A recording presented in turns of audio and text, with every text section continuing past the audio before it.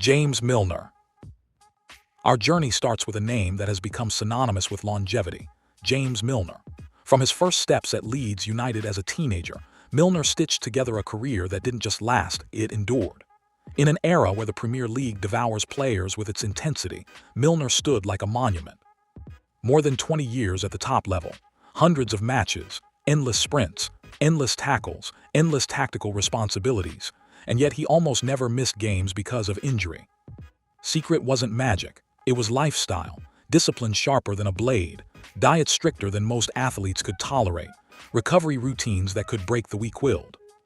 Teammates joked that he aged backwards, that he somehow tricked time into slowing down, but there was nothing supernatural about Milner. He simply mastered the small details that most players overlook. Leon Osman.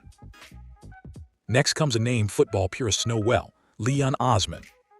A man who didn't chase global fame, didn't seek unnecessary spotlight, and never tried to sell an image. Instead, he built a career on something far more valuable: consistency. Osman spent nearly all of his career at Everton, in a midfield zone where the game is most brutal. It is where legs collide, where muscles strain, where bodies break. But Osman simply refused to fall. Season after season, match after match, he was available.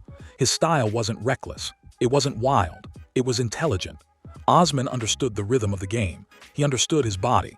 He knew how to move efficiently, how to avoid dangerous contortions, how to control his energy. Cesar Azpilicueta. From England, we move to one of football's most versatile warriors, Cesar Azpilicueta. If durability had a face, Azpilicueta would be one of its prime models. Chelsea fans called him Dave, the man who never stops running, never stops fighting, never stops working. But behind the nickname lies a story of unbelievable resilience. Years, Azpilicueta played across every defensive position: left back, right back, center back, wing back, and he did it without breaking. Managers came and went, systems changed, squads transformed, but Azpilicueta stayed available. Thomas Muller. Then comes a player whose career is a puzzle. Even scientists would love to study Thomas Muller. A footballer who moves awkwardly, runs strangely, looks like he's always on the edge of losing balance, yet survives everything. Muller's durability is one of football's greatest oddities.